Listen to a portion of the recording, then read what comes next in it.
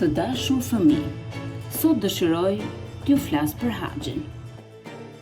Besoj se të gjithë ju keni dëgjuar që miqt dhe të afërmit tuaj udhëtojnë drejt Arabisë Saudite për të kryer pelegrinazhin. Jam e bindur se të gjithëve u lyn të pyetja, pse ata e kryejnë këtë rit fetar? Haxhi është një nga veprimet e detyrueshme në Islam, njësoj si namazi dhe agjërimi. Çdo vit, miliona njerëz nga e gjithë bota udhëtojnë drejt Arabisë Saudite në një nga muajt e përcaktuar të vitit. Atje të gjithë janë miq, vëllezër dhe motra. Ata viçen me rroba të bardha dhe duken si të rilindur.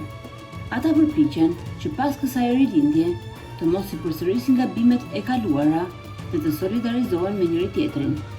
Të gjithë i luten Zotit të vetëm e të pashoq. Pelegrinët udhëtojnë në dy drejtime, drejt Mekës, në të cilën ndodhet shtëpia e Zotit, dhe drejt Medinës, që është qyteti i profetit të nderuar, Muhamedit, paqja dhe bekimet e Allahut qofshin mbi të dhe familjen e tij.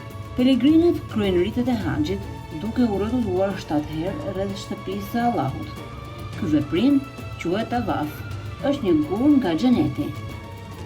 Besimtarët shprehin dëshirat e tyre dhe luten që të jenë sa më të përsosur.